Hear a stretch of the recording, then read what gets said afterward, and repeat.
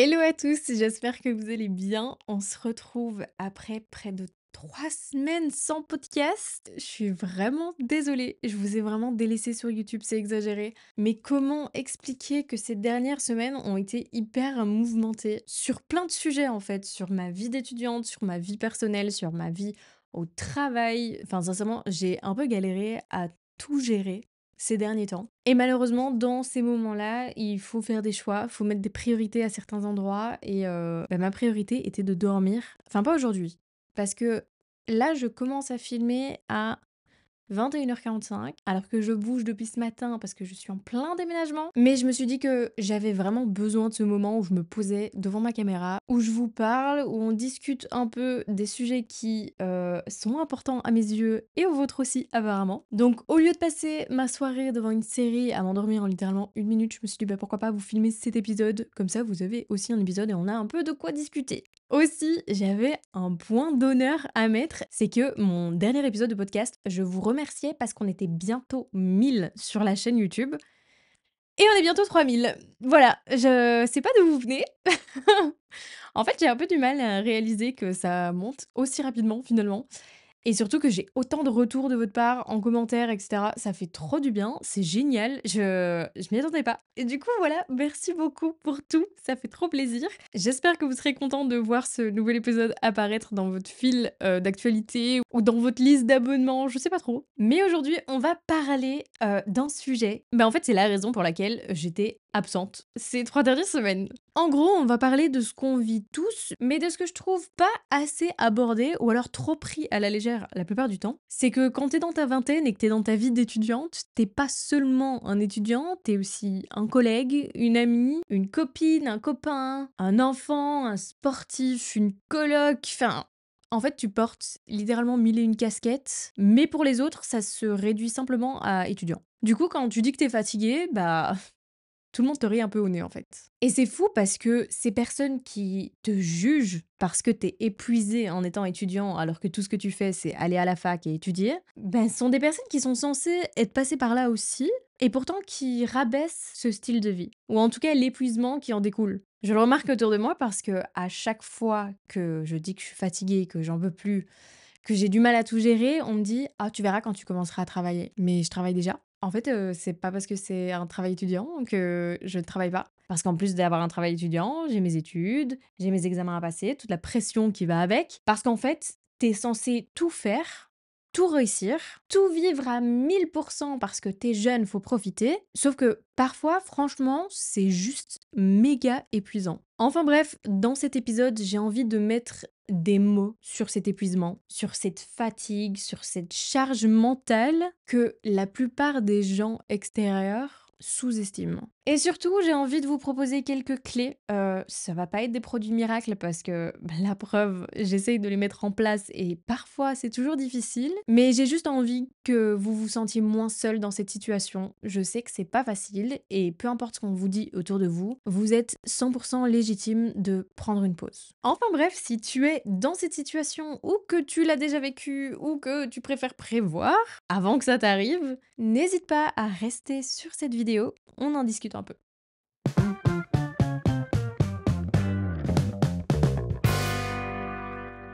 Pour commencer, parlons simplement en fait de la vie d'un étudiant. Comment ça se passe une journée typique d'un étudiant? C'est simple. Tu dois toujours te réveiller tôt, tu as des prépas à rendre, tu dois répondre au dernier mail que tu as eu. Parce que si tu loupes la deadline, ça veut dire qu'il y aura des répercussions sur ton cursus, certainement. Il faut surtout pas oublier de gérer ton emploi du temps pour préparer tes examens en même temps que ton emploi de job étudiant parce que tu es censé gagner de l'argent d'une façon ou d'une autre pour te nourrir, pour payer ton cote si jamais t'es en cote, ou simplement pour pouvoir vivre ta vie. En plus de ça, faut pas oublier de caler le dernier rendez-vous médical que tu es censé avoir. Tu dois gérer la soirée d'anniv d'un pote ou d'un collègue. Tu dois certainement pas oublier de répondre aux messages de tes amis parce que il faut savoir entretenir ses amitiés et parfois c'est vraiment la galère. Tu dois aussi gérer la dernière dispute avec ton copain ou ta copine qui te prend la tête du matin au soir parce que simplement t'aimes pas le conflit, mais les conflits ça fait partie de la vie. Faut pas oublier que t'as ta lessive à faire et que tu dois étendre le linge, sinon t'as même plus de fringues pour aller à la fac. Et en plus de ça, tu dois certainement pas oublier de de répondre à ta mamie qui t'a sonné hier matin et à qui tu n'as pas su répondre parce que tu étais en cours. En fait, le souci, c'est que quand t'es étudiant, on pense pas que t'as aussi toutes ces choses-là à faire. Je dis pas qu'un adulte ne le fait pas. Je suis totalement consciente qu'un adulte qui va au travail, qui rentre et qui doit faire à manger à ses enfants, qui doit nettoyer le sol, faire la lessive, c'est aussi une pression énorme. Je ne remets pas du tout ça en question, je dis simplement que en tant qu'étudiant, les gens à l'extérieur ne prennent absolument pas en considération que vous faites tout ça aussi. En fait, il y a tout un côté invisible à tout ça que les gens négligent. Il faut quand même se rendre compte que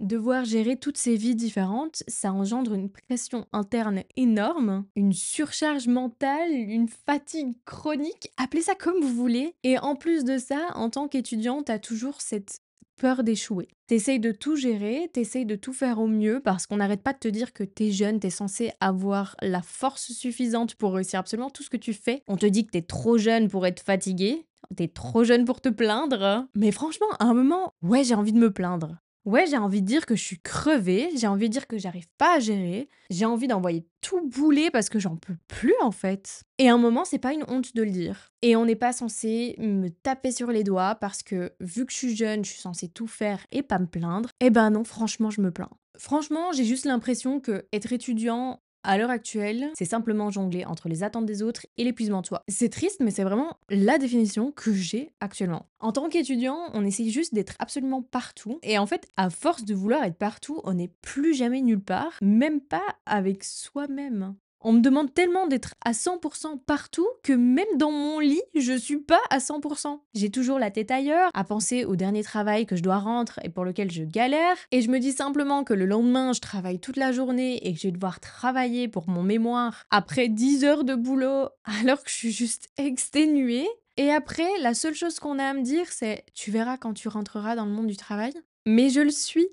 Je passe 40 heures par semaine minimum à travailler pour l'école. Je me tape des trajets de malade pour aller à la fac parce qu'évidemment, ma fac est à 1 heure de chez moi. Je travaille comme une malade dans mes jobs étudiants parce que il faut faire rentrer de l'argent d'une manière ou d'une autre. Donc à force, franchement, j'attends ma vie d'adulte avec impatience. Au moins, je suis focalisée sur un truc. On se rend pas compte à quel point les études, c'est épuisant. Simplement parce que quand je rentre à 18 heures après les cours, moi, ça se finit pas là. Je pense toujours au fait que je dois étudier le prochain cours, que je dois étudier pour mon prochain examen, ou que je dois commencer une rédaction parce que je suis déjà en retard. En fait, c'est vraiment la plus grosse différence que je vois avec le monde du travail. C'est que une personne qui rentre du travail, en général, en tout cas en tant que salarié ou quoi que ce soit, quand vous rentrez chez vous, vous arrivez à déconnecter du travail. Je sais que c'est un monde totalement à part pour les entrepreneurs, etc.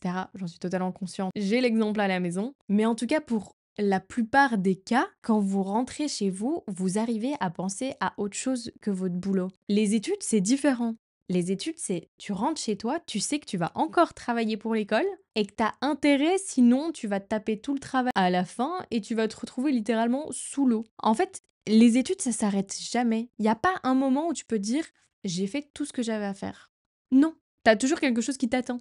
T'as toujours quelque chose pour lequel tu pourrais t'avancer parce que tu sais que vu que tu vas travailler ou quoi que ce soit, tu seras dans la merde. Et c'est ça, à mes yeux, qui apporte une charge mentale phénoménale que les gens extérieurs ne voient pas, ne ressentent pas. Et le pire, c'est la pression extérieure qu'on peut aussi avoir. On n'arrête pas de nous dire quand on est étudiant, c'est le moment où on doit tout faire. On doit tout essayer, où on doit être au top de notre forme. On a une certaine pression parce qu'on nous dit qu'il faut toujours être productif. Ou alors simplement qu'on devrait être super heureux parce qu'on a la vie facile en tant qu'étudiant. C'est le moment parfait, c'est les meilleures années d'une vie, donc on peut pas être plus heureux que maintenant. Alors que au final, je me dis juste que j'en peux plus. Et vous me dites que ça, c'est la partie la plus heureuse de toute ma vie. Bien sûr que je m'amuse dans ma vie d'étudiante quand je vois mes copines ou toutes choses comme ça, mais je veux dire, c'est pas 90% de ma vie.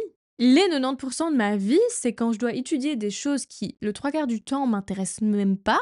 Quand je perds du temps à lire des articles de fous furieux alors que la moitié, je l'oublie le lendemain, à étudier nuit et jour pour un examen qui me demande d'apprendre du par cœur alors que c'est la chose la plus inutile de la Terre, si c'est ça mes années les plus heureuses, j'ai peur pour la suite, hein.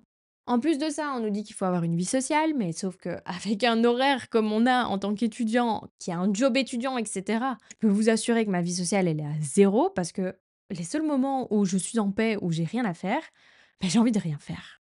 J'ai pas envie de parler à qui que ce soit, j'ai pas envie d'aller boire un verre, j'ai pas envie d'aller boire un café. En fait, j'ai tellement pas de moments où j'arrive à me retrouver avec moi-même que j'ai pas envie de partager ce moment avec qui que ce soit, en fait. En plus de ça, quand tu avances dans tes études, on te dit qu'il faut un certain plan de carrière, savoir ce que tu veux faire dans la vie. Sauf que j'en ai aucune putain d'idée. Mais genre aucune. Je sais qu'il y a certains domaines qui me plaisent, mais bon, il faut balancer entre quelque chose qui me plaît et quelque chose qui me rapporte dans la vie parce que vous pouvez débattre autant que vous voulez en disant que l'argent fait pas le bonheur, l'argent y contribue.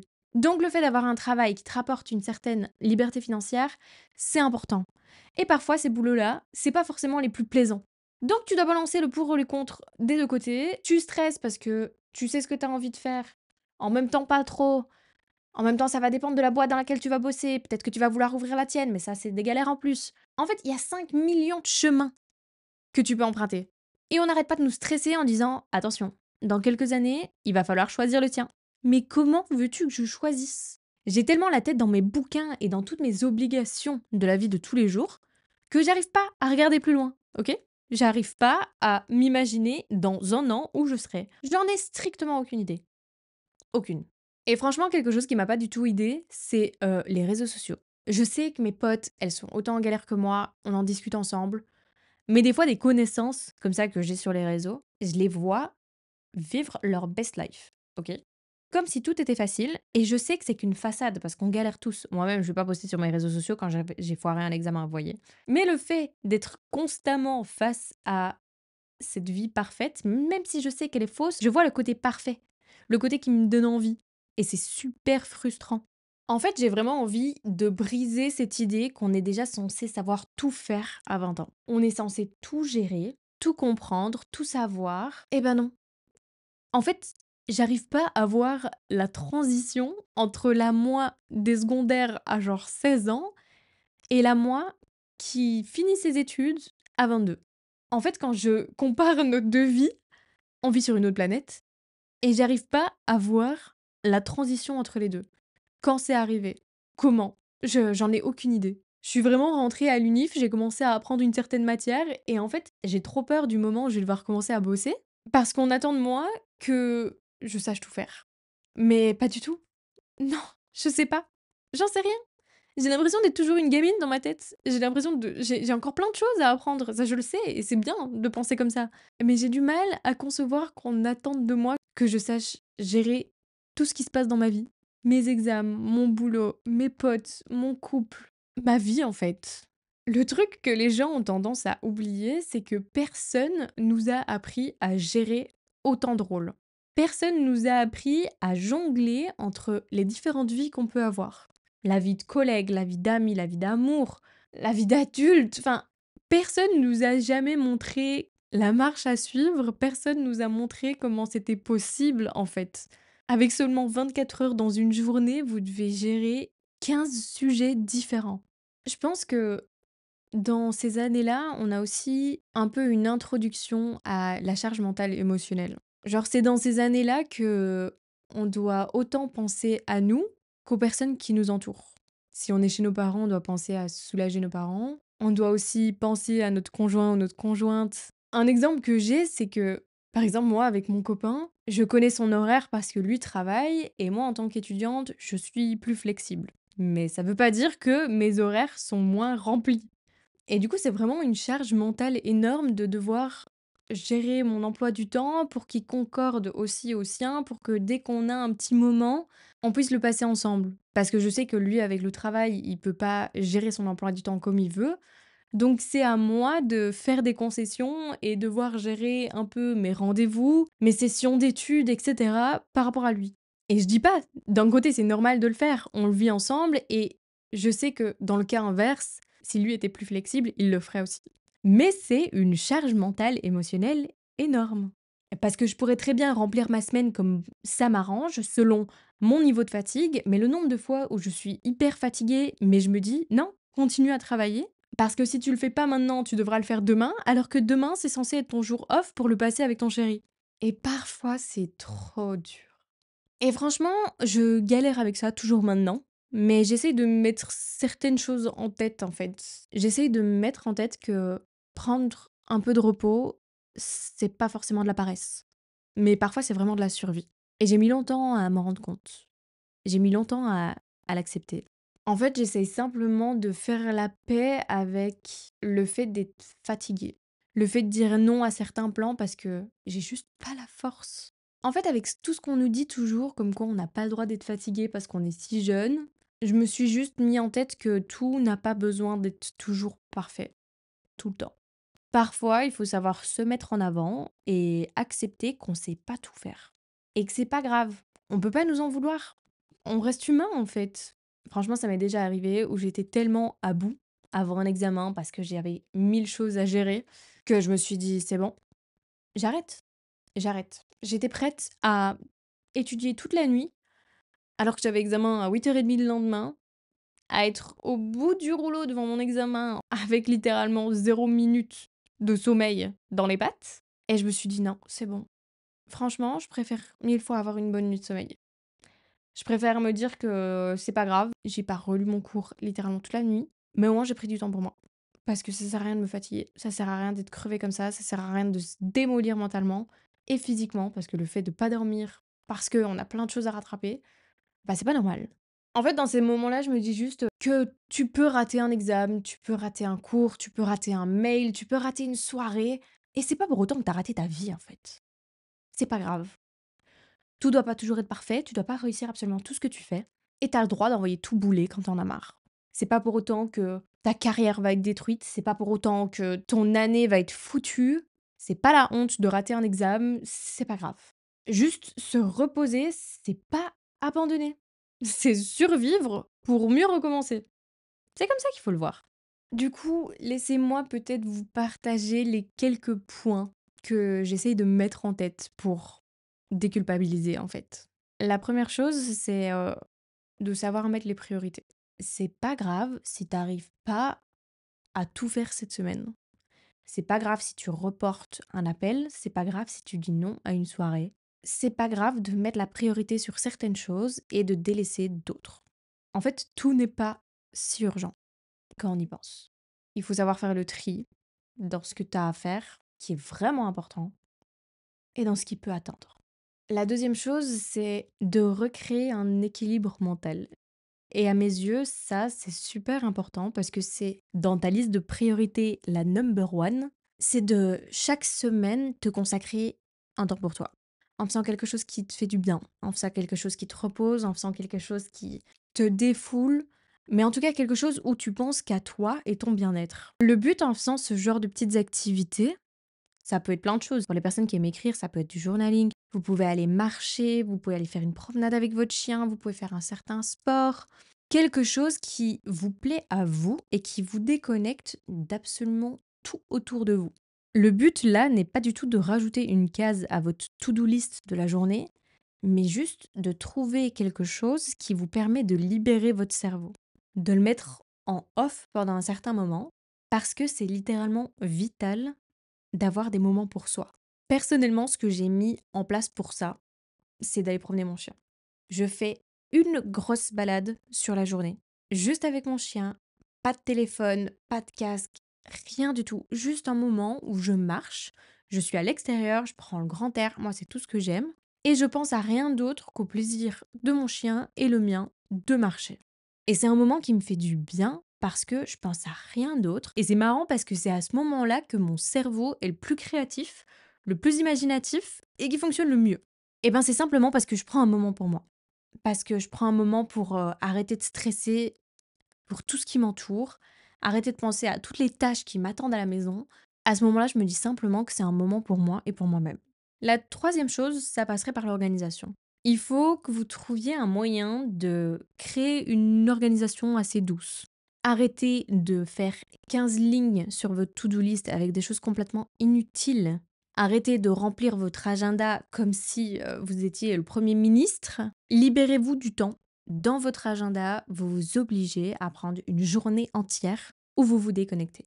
Une journée entière où vous ouvrez pas un bouquin, vous n'allez pas au travail. En fait, faites comme si vous aviez une semaine de 6 jours, si vous travaillez le week-end. Quitte à avoir des journées un peu plus longues le reste de la semaine. Mais c'est bien mieux d'avoir des journées un peu plus longues le reste de la semaine et une journée où vous avez rien à penser, plutôt que d'avoir des petites journées 7 jours sur 7. C'est comme ça que vous allez péter les plombs, en fait. La quatrième chose, c'est de parler. Ça peut paraître bizarre, mais parfois il faut savoir s'exprimer aux bonnes personnes. Tout le monde n'est pas apte à comprendre que vous êtes épuisé. Ne parlez jamais à ces personnes-là. Mais essayez de trouver quelqu'un de votre entourage. Et ça peut même être un journal, si vous voulez. Peu importe, vous pouvez simplement écrire, mais extérioriser le fait que vous soyez fatigué, le fait que vous soyez épuisé. Allez hurler dans la rue, j'en sais rien, faites ce que vous voulez. Mais parfois, ça fait juste du bien de se plaindre. On a tous le droit de se plaindre et parfois, ça fait du bien. Alors faites-le. Arrêtez de garder tout en vous, arrêtez de vouloir tout gérer et faire genre devant tout le monde que tout va bien. Envoyez tout se faire foutre. Plaignez-vous, ronchonnez autant que vous voulez, mais je vous jure, c'est libérateur. Et la dernière chose, c'est accepter de ralentir sans pour autant culpabiliser. Prendre un jour de repos, dire stop quand vous êtes fatigué, même si vous avez un examen le lendemain, c'est pas du temps perdu. C'est une stratégie sur le long terme. Si vous vous épuisez comme des malades, à un moment, vous allez rester 3 4 jours au lit parce que vous serez en dépresse totale. Vous préférez prendre votre soirée pour passer un bon temps, lire un livre, regarder une série, bref, un truc qui vous vide l'esprit et vous avez perdu qu'une petite soirée? Ou alors vous préférez vous épuiser pour perdre 3 jours après parce que vous serez au bout du rouleau et votre cerveau fonctionnera même plus correctement? À vous de voir. Personnellement, je préfère dire stop quand j'en peux plus et reprendre le lendemain. Enfin, si je fais cet épisode, c'est parce que j'aurais aimé qu'on me dise que c'est normal de galérer parfois. J'aurais aimé qu'on me dise que réussir ses études, c'est pas forcément briller tout le temps, mais que parfois c'est simplement tenir bon. J'aurais aimé qu'on me dise que prendre soin de moi, c'est pas un luxe, mais c'est clairement une nécessité en fait. Et j'aurais aimé qu'on me dise que je suis pas seule et que personne ne gère tout parfaitement. Enfin bref, si t'écoutes ça alors que t'es littéralement au bout du burn-out, que t'es vraiment un étudiant en galère parce que tu gères pas toutes les vies que tu as, retiens juste que tu fais de ton mieux. Et surtout que t'as le droit de poser ton sac et de souffler un peu. Je t'assure que c'est pas une honte et que tu vas pas rater ta vie pour autant.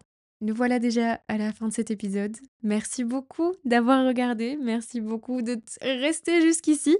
Je vous remercie encore une fois d'être si nombreux sur la chaîne, d'être si nombreux à réagir aux épisodes. Ça me fait chaud au cœur, donc surtout n'hésitez pas à continuer. Lâchez un petit j'aime, un petit commentaire pour me dire ce que vous en avez pensé. Et surtout si vous êtes dans la même galère, n'hésitez pas à en parler. L'espace commentaire est là pour ça aussi.